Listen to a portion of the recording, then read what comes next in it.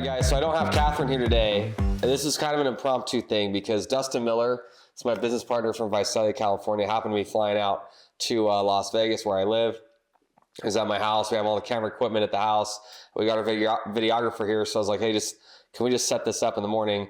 I actually have a flight that leaves in a couple hours, but we said, hey, let's talk about this because a lot of people are asking about equity roll and what that means. And when they go to sell their business, someone says, hey, how much equity are you going to roll? What does that mean?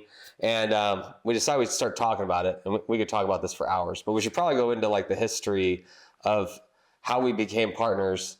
Because Dustin actually went through the process that some people are going through when they're looking to do a deal if they're trying to sell. But Dustin, what was going through your head? What was going on a few years ago when you started looking at like potentially selling your business? Yeah, no problem. Well, I mean, when you get to that point, when you decide that, okay, this is something I want to do, I mean, that's a hard point to get to because you spent your whole, my whole adult life working on this business. Which is like 7 years. Yeah.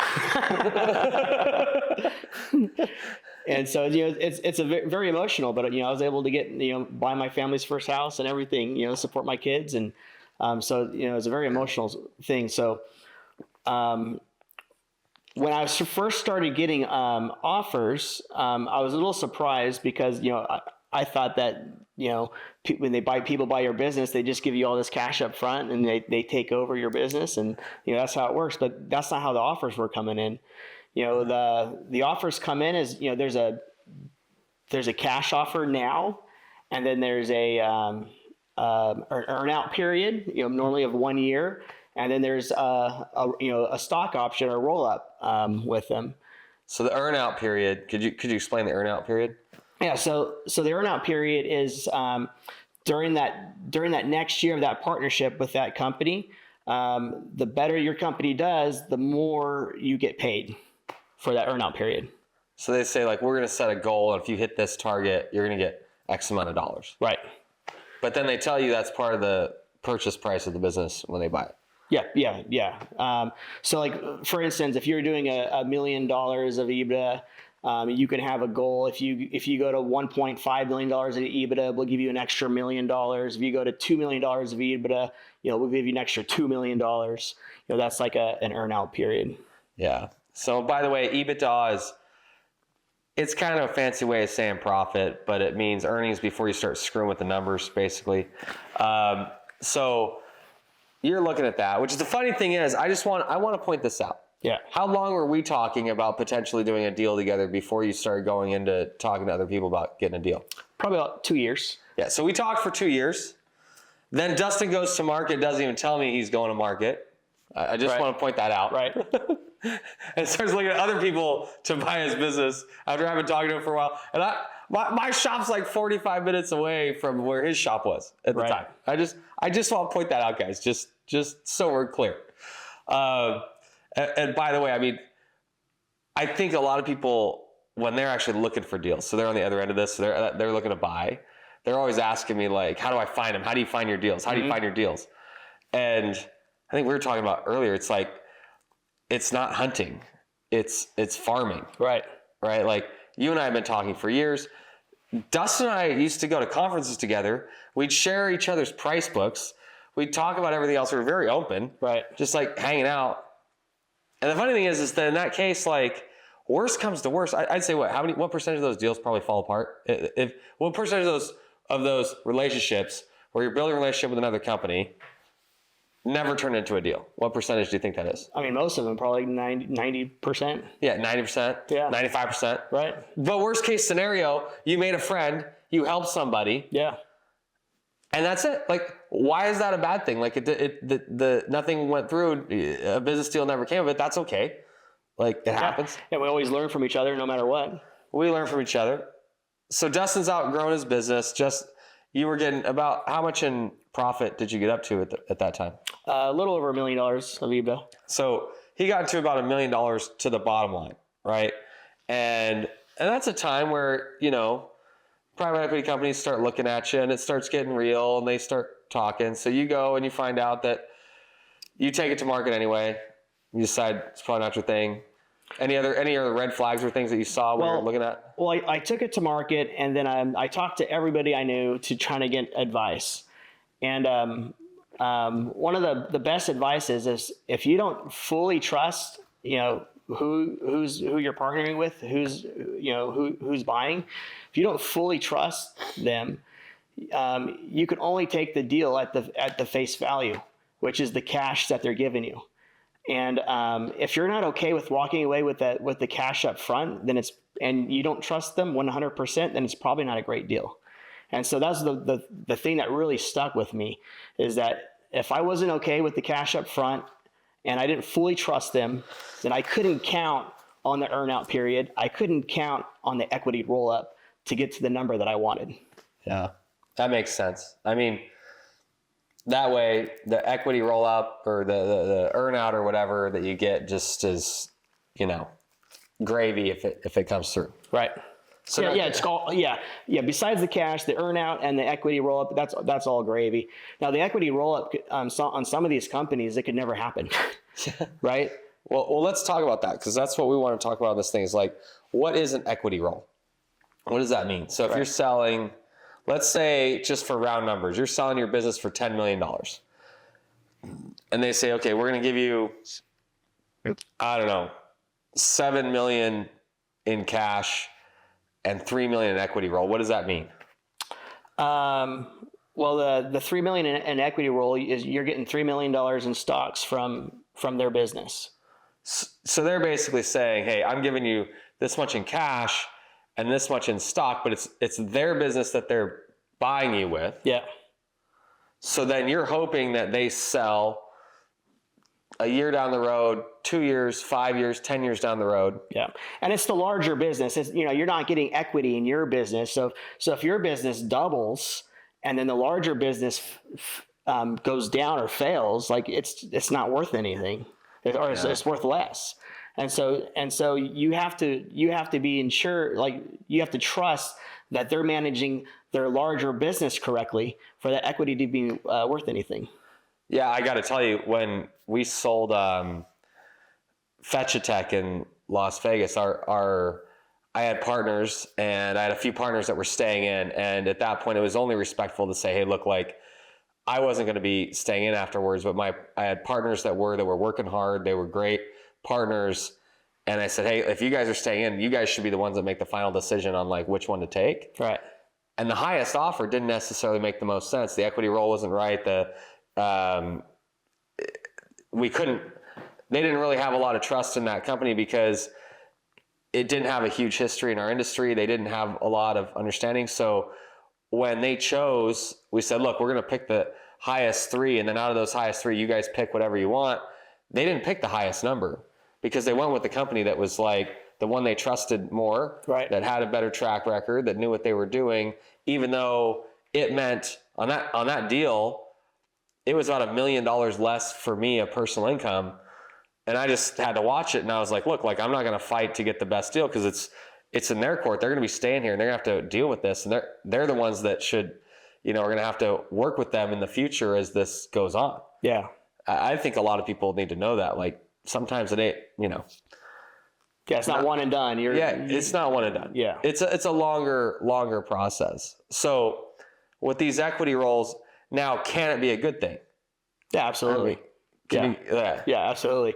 So, I mean, the whole reason, the whole reason I went to Tom after I, searched through the market and got some offers, is because I realized that nobody's going to give me the cash that I need up front for make me to feel okay with leaving or exiting my business, and I trusted Tom. I trusted the way that he runs and operates his business. And to get to that point, it took a whole lot of alcohol to get him to that point, and we did this deal on a piece of paper over a bar. I'm just kidding. We got to that point.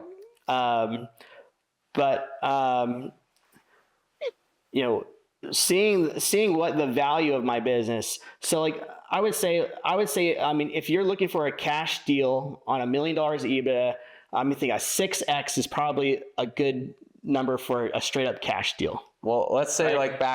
like back then when you were doing it, and multiples go up and down. Yeah. Old times it was 2 to 3 to 4 times EBITDA. You know, sometimes it's getting to 10 times EBITDA, so you might get 10 million on that. You might get 6 million on that. You might get. It depends on the market, because I don't know when people are going to be watching this video. And man, the multiples in our market have gone like this over the past few years. It's just been kind of shocking. But when I was looking at it, if I took off all the fluff and the contracts, you know, and if I was just looking to exit with cash, you know, I figured that at that time that I'd probably have a 6x exit with cash. And so I knew by partnering with a company that. But basically, you're saying 6 million at the time for you was not enough that you're like, hey. No, I can't. I'm 40 years old. I can't start. I didn't want to. I can't start over with $6 million. Yeah. Well, for some people, for large companies, $6 million seems like a very small amount. For some of you smaller companies that have like $100,000, $200,000 and in profit, $6 million sounds like a ton. But you live in California. Yeah. Right. So. Well, I live in California. I'm also making $1 million a year. Yeah, he's making $1 million a year at this point of income. He's living in California, so you get $6 million coming in, but you got 13.3% just in state taxes. Then hopefully they're doing a stock deal and not a asset purchase. So for you, it'll be hopefully capital gains rates. But at that point, you're looking at like 20% capital gains rates, and potentially 3% kicker on top of that, depending if. There's a lot of things that go into that. So you're looking at plus debt. You got to pay off debt. So yeah, you got to pay off that 30%. Plus you got to pay off the debt on the business. So you and leave cash in the bank. Yeah. So then you might leave with $3 million. Right. After all that. Yeah, 3-4 million. That's what I was thinking. Leaving with 3 or 4 million after the 6. Yeah, and if you're being super conservative on your investments and you just want consistent income coming in after that, $3 million. Let's say you can take 5% off of that in perpetuity. You're looking at maybe 150 grand a year for the rest of your life. Yeah. Which sounds like a lot to some people that maybe will listen to this. For the larger companies, they're all thinking, heck no, I would never do that in a million years. Yeah, my lifestyle at the time, I'd be negative. I couldn't run my lifestyle off $150,000 a year. Just to be clear, Dustin flew here on his plane yesterday, and he's about to fly out this afternoon. I'm not going with him. I got to go on this lowly commercial airliner called Southwest. But for the rest of us, Dustin's been getting to the point where he's like, look, I'm making $1 million a year, and then I sell my business, and bam, I'm down to $150K of personal income every year for the rest of my life. Like, that doesn't pay for my fuel and my plane, right? Right, exactly. So we get this idea. Well, we didn't get this idea. You got this idea. This is what really happened. Let me explain this. I didn't even know he was going through the sales process. I've been talking to him for now years at this point. Like 2 years before he even went to market. Then he's going to the market, all that other stuff. And then he says, hey, by the way, text message. I'm in Southern California at the time at a service side meeting, actually. And he's like, hey, do you want to buy my business? I'm like, wait, what are you talking about? Like, how ready are you for this? Like, no, I already went through the process. I've gone through quality of earnings. I got my financials in order. I went to market. I'm like, dude, we've known each other forever. You said nothing this whole time. And so then, I mean, obviously I'm all pissed off. And I look at the message and you're like, look, if you give me X amount of dollars up front, and it was a few $1 million in cash, and then you give me the rest in an equity roll, which is why I have you interviewing on this. Right. Then I'll do the deal. And at that point, our trust level is pretty high. I don't know why, because you literally haven't told me about your whole deal. But my response was yes. Okay. Yeah. Yeah. That's literally how we did our deal. Yeah. Because he's like, I've gone to market, I've got all this stuff. I need cash and I want equity. Right. So I text you, say yes. So what was the process like after that? Like, I mean, because of our with the attorneys and stuff. Yeah, because of our relationship and our trust, it was pretty easy. But you had some attorneys. You had your attorney draft up some stuff. My attorney read some stuff, and then we signed some stuff. Basically, we could get into the weeds of it on probably another episode of like how that all works. But bottom line is, text message, yes. We wrote up a deal with each other. Yeah, right. And then sent it to the attorneys and said, this is what we want. Right. Attorneys write it up. We signed some stuff. in the words of Dustin. And we're good at that point. And it was terms of like when it goes through and how much how much stock has to come over and that kind of stuff. But we did the equity roll in Lee's. So, and now Dustin now becomes my business partner, right? Because now we both have shares in the company. It's both what we call Class A stock. At Lee's, we have actually multiple classes of stock. It's kind of complicated, but we have employees that have stock ownership plans that are non-voting stock that can be revoked if they get terminated or they quit or something like that. And that's Class B stock. But then there's Class A stock, which is just general ownership of the company. And so the stock that you have and I have are equal. I can't decide, hey, I don't like Dustin anymore, I'm just going to take his stock back. Right. It doesn't work like that. Yeah. So you're protected there. What are your thoughts? How long ago did we make this deal? 2 years ago. Okay, so we're 2 years in now. Can you talk a little bit about like what you're doing in the company now and how that whole transition worked? Because we ended up, we thought at the time we were actually just going to keep our brands separate and keep everything separate, right? Right. But what ended up happening? So for the first year, I still acted as general manager of Comfort Now. And that was Dustin's company down in Visalia. Yeah. 45 minutes south of my shop, which is in Fresno. Right. So for that first year, I acted as general manager, and I ran the company independently of Lee's. And then in September, we had a dip in revenue. Almost everybody I talked to did. And then we September 2023. Yeah, 2023. We had a dip in revenue. And then we put our heads together, figure out what we need to do for efficiency. We had to do a right size overhead. And so we were restructuring Comfort Now for right size overhead to get through the winter and the next spring. And to be clear, what he means by right size overhead, that means get rid of overhead to get to the point that we can be profitable, right, and make sure that we're in there, because the economy changed at that point in late 2023. I mean, everyone was just taking hits, and it wasn't the total economy, it was our industry. Right. It was like all of a sudden air conditioning and plumbing just kind of Yep. So we decide, we're sitting there looking at it, but go ahead. Yeah. Well, what was nice is because we started talking about right size overhead in August. If I was running my company just by myself, I would start looking at right size overhead in October. Right? And so it was nice, with your expertise, just saying, hey, we need to look at this now because this is how it's trending.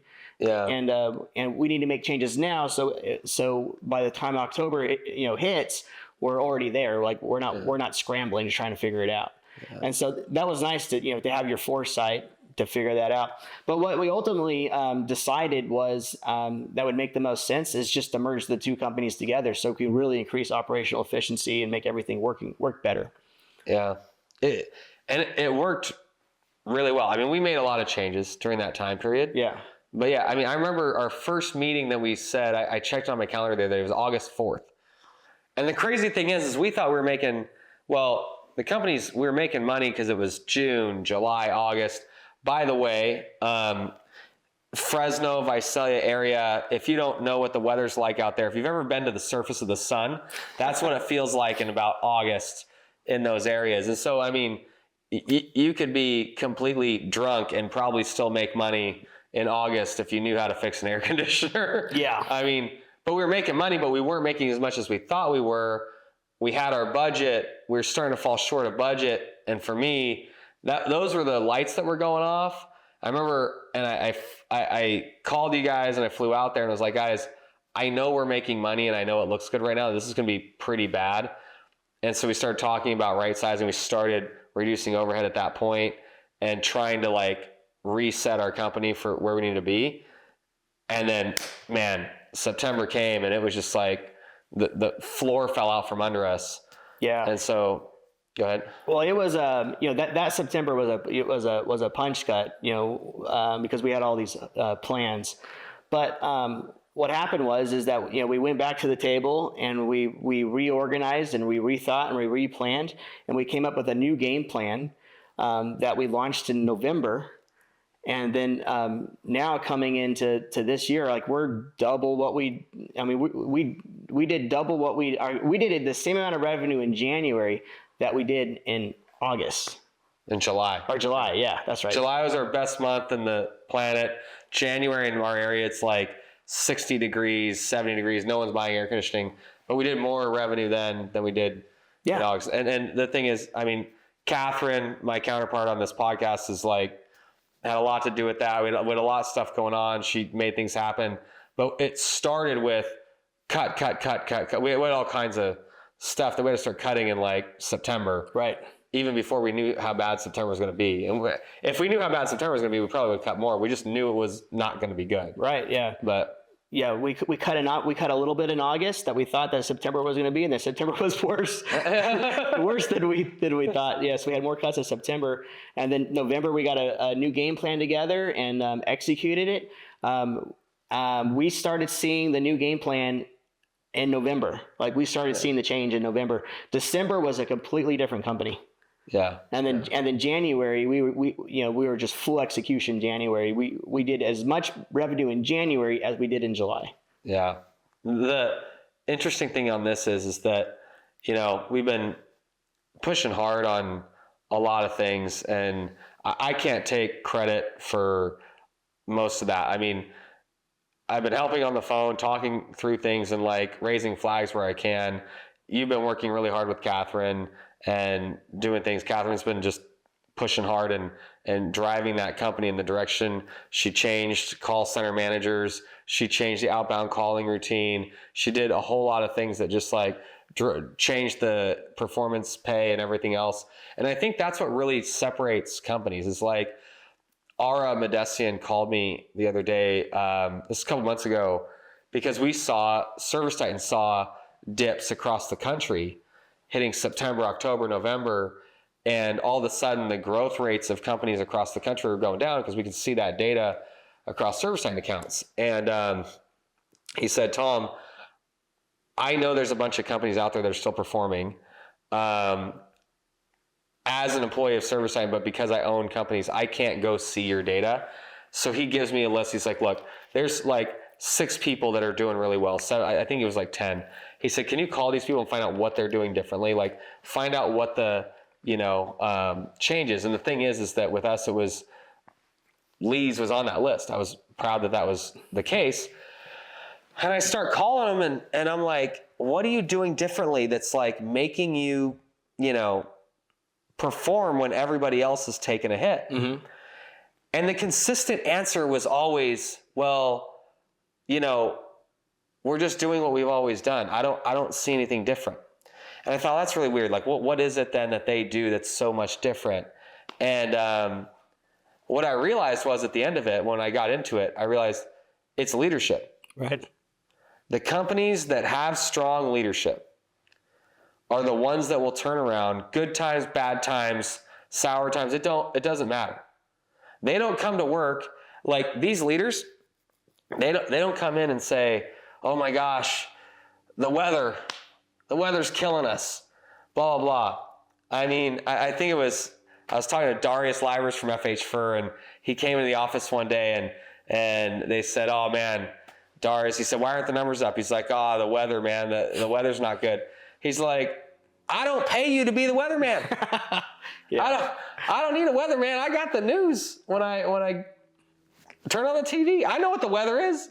I need a manager. I need a leader. I need a performer. Mm-hmm. And anyway, I think that's what I see differently. And the thing is, when we're talking about equity role and what this is all about and partnering, I always tell people like, hey, never, ever, ever, ever, ever partner with somebody just for the money. Right. And I know people think that's crazy because they're like, oh, I need to take on a partner because I need some money. Well, let me explain how this ends, right? Like either one, you do really poorly. You take on this partner, you get the money in, and things go sour. And now your partner is pretty mad because he put in money, she put in money, whatever it is. And he or she is just like frustrated because they're not getting a return on their investment. And so you're going to call from them. Now it's exponentially worse because you're stressed out because you owe them this money, or you maybe you don't owe them as debt, but it's an obligation. They gave you money for equity in their company. In addition, you're not happy because you're not making any money and you're failing, and it's even worse because now you got the partner because you're stressed out. Right. So that's the one situation. Or let's say you do really well. You start making tons of money, hands over fist. Your partner's happy because they're getting a fat return on their investment. Oh my gosh, this is great. I've got a return. This is coming in. I'm making X% more than the market, blah, blah, blah, blah, blah. Meanwhile, how do you feel? I feel like I'm doing all the work. I'm doing all the work. Yeah. I don't need my partner anymore because I have money. I brought them on to get money. Now I got money. I'm making my own money and I don't need them. And I got to write a check to them every month. Yeah. So either you and your partner aren't happy if you do poorly, or if you do well, just you're not happy. But either way, you ain't happy. And so the funny thing is like if you do a partnership though, for some other reason, they bring a license to the table you didn't have. They have knowledge and experience that you don't have. They have, they bring something to the table outside of money that, shoot, in the future, let's say I'm bringing on a partner so I can do plumbing and I don't know anything about plumbing. That partner has the plumbing information and I've got the air conditioning information and we work together to like move forward. That's great. If it's knowledge in business or leadership or budgeting, like with this, in this case, we partnered up. And I just happen to know, like, hey, I've been working with budgets a long time. Finance is my thing. I know that we're going to have this downturn. We need to do something. We have to make it happen. My sister ends up coming on later. That really helped a ton. We started working together early and like cutting costs. Mm-hmm. The interesting thing is later, so now your job changed, right? So you're still working in the company, but what's your position now? Now I do the mergers and acquisitions for Lee's. Yeah. So he's going around, flying around his experimental aircraft, let's call it that. No, but he's flying from place to place, meeting with business owners, acquiring businesses that meet our criteria. You've been through the process. You speak their language. Right. You've got the time to do this, right? Mm-hmm.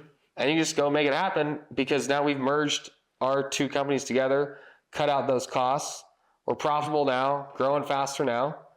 I mean, shoot, we looked at, in February, we had a 66% growth rate or something like that. Right. Like, we're growing super fast. Your equity is in the whole business. It's growing fast. Meantime, you're out going and buying companies, making deals, making stuff happen. We just wrote an LOI last night at my house. Right. Because of a deal that you picked somebody up, flew them out to meet with me. Yeah. You met with them a bunch of times on your own. Like, it just worked out. It made sense that we both had a thing. Now, what does this look like with an equity role? Like your best case scenario, what do you want to happen? What do you see the exit being like? What's the final conclusion after the equity role?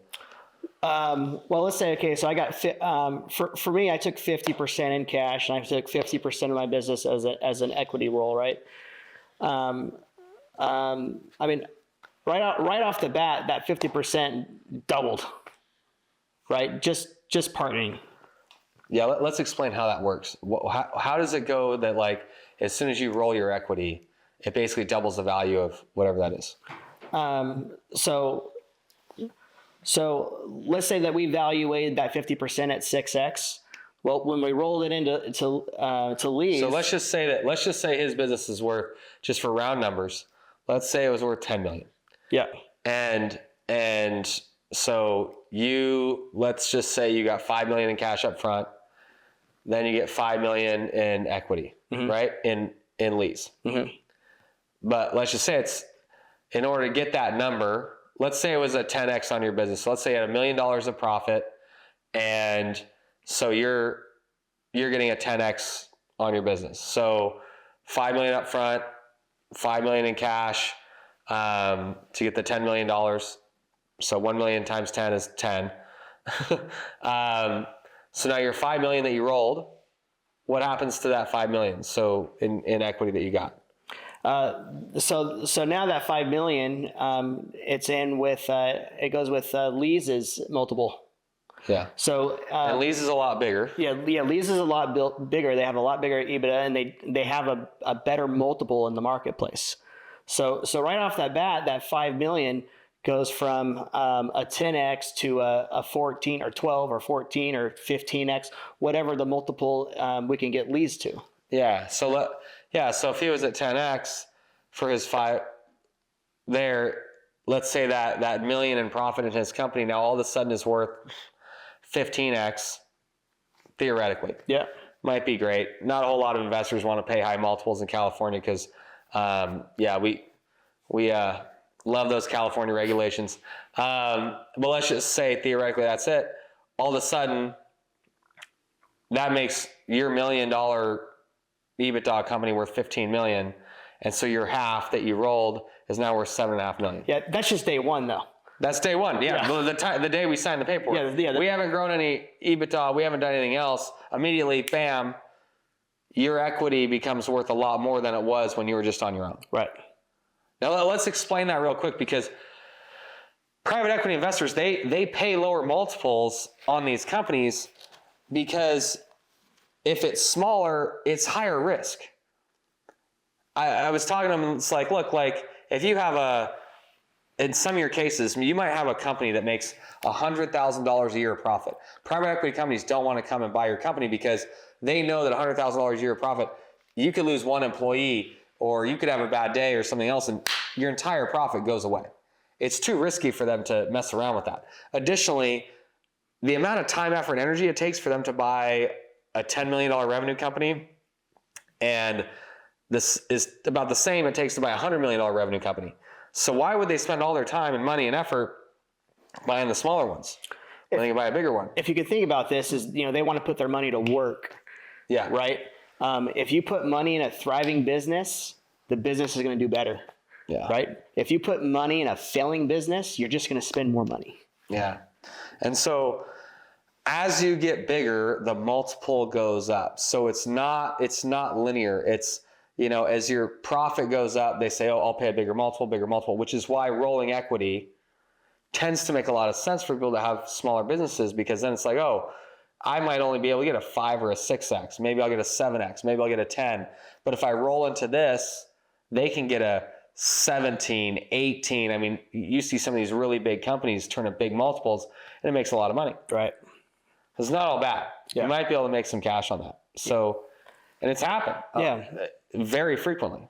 I mean, in our deal, not only did I increase, I rolled that 50% up, and it was worth, 7.5 on day one, but we're also able to grow EBITDA.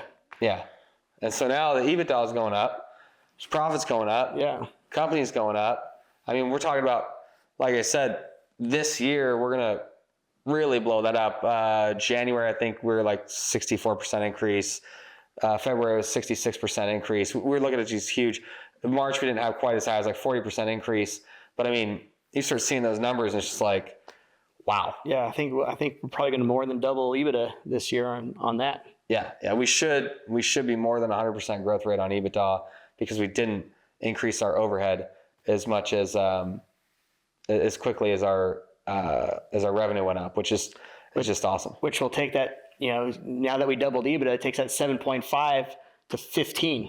Yeah, it's just so now he's looking at a $15 million portion just for himself, and it's just amazing. And we're marching towards that sale right now. We're putting everything in place to get there. Really excited about it. The whole reason for this, dealing with the Howards is talking about these deals and being open about them and that kind of stuff.